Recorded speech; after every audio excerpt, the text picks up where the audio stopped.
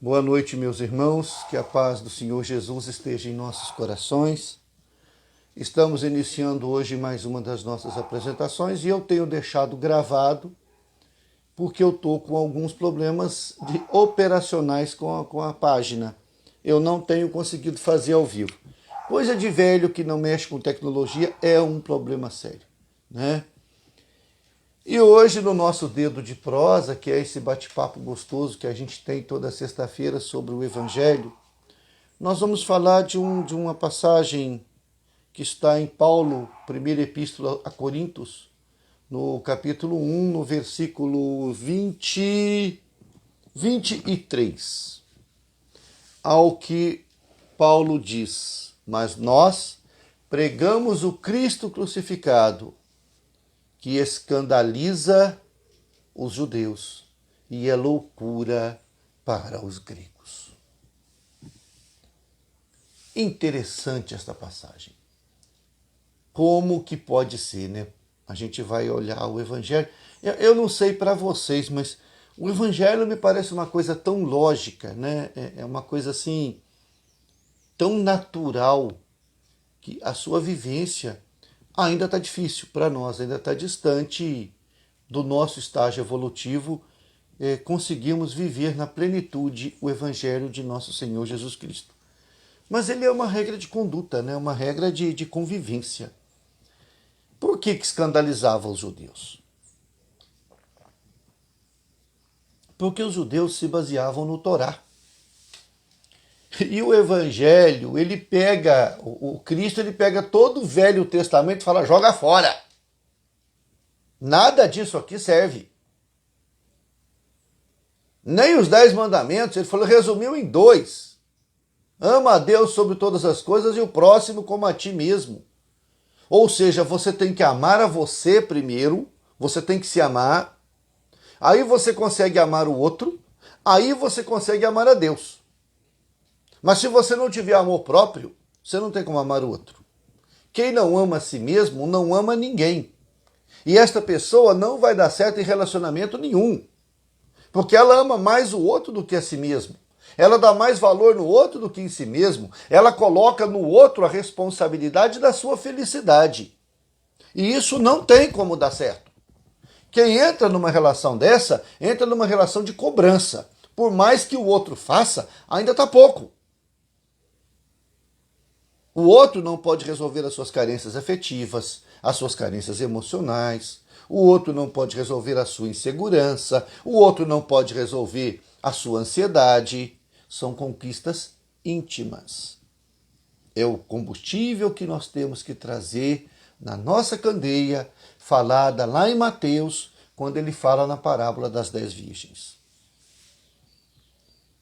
Mas, o que vai acontecer?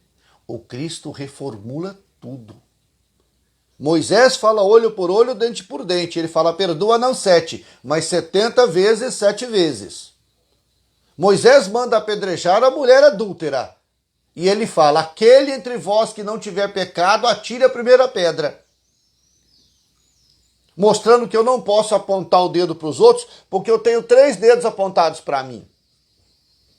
Eu tenho que corrigir primeiro os meus defeitos. E isso escandalizava. Não lavou as mãos antes de comer. Aí vem o Cristo e fala, não é o que entra pela boca do homem que lhe macula o coração.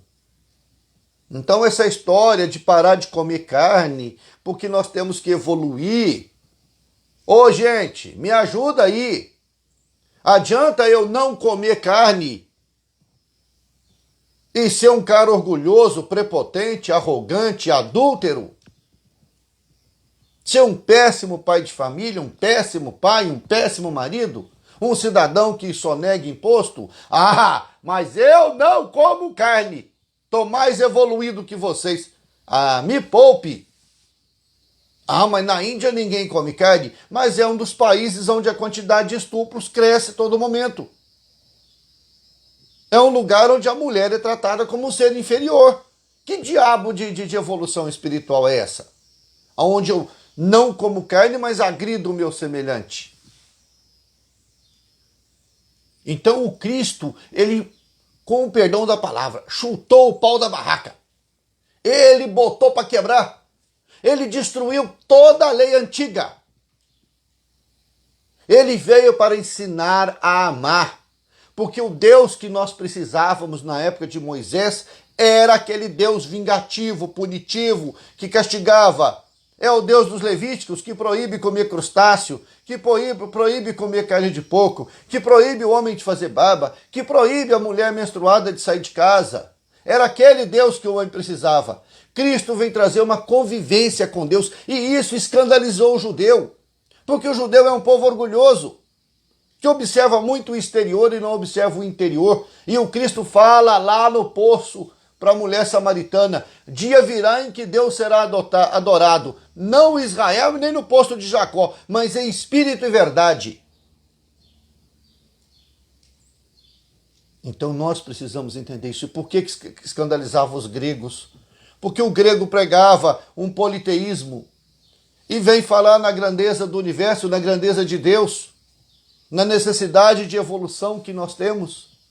E isso para os gregos era loucura. Trazendo isso para os dias de hoje, quantos religiosos aí não falam da boca para fora?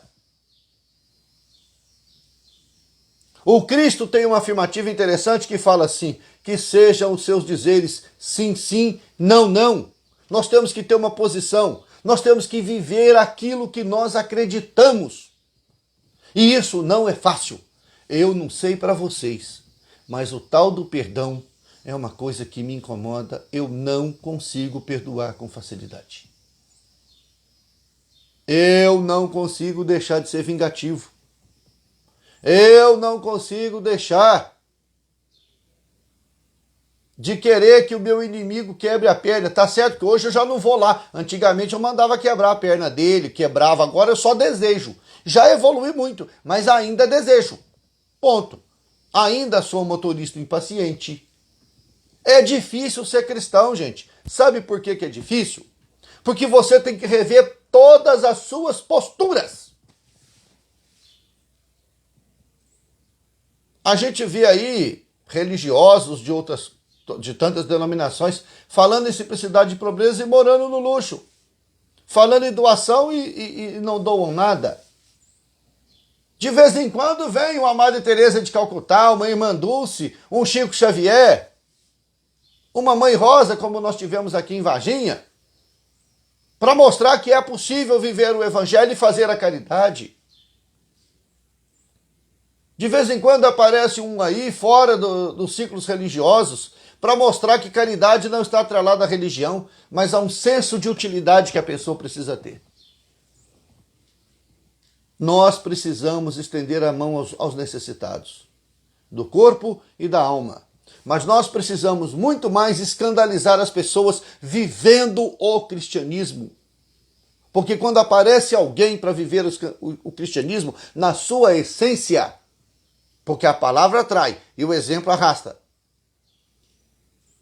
Quando nós colocamos alguém para viver, quando nós vemos alguém viver o cristianismo na sua essência, nos causa verdadeiro escândalo.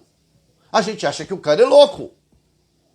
Imagina, Irmã Dulce, respira com 25% do pulmão, não tem onde cair viva, porque morta vai cair onde tiver de cair.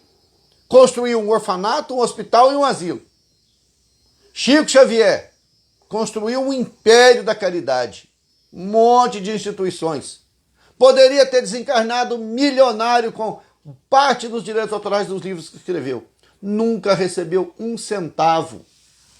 Viveu a vida inteira com um salário mínimo, um salário medíocre de funcionário público aposentado. Divaldo Franco, a mesma coisa. Vive até hoje com um salário de funcionário público aposentado da Bahia nos níveis mais baixos. Está lá com mais de 90 anos trabalhando. Causa-nos estranheza. Olha o Papa Francisco, o que esse homem não está causando. Está chutando o pau da barraca, está mudando a envergadura das coisas. Outros religiosos pelo mundo estão mudando as coisas. Então nós precisamos entender isso.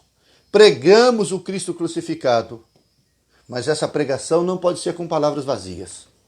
É necessário que seja. Esta pregação tem que ser feita. Tem que ser feita com a ação do dia a dia. Pensamento, palavra e ação. Essas três forças precisam concatenar para a mesma direção. Nós precisamos viver o cristianismo.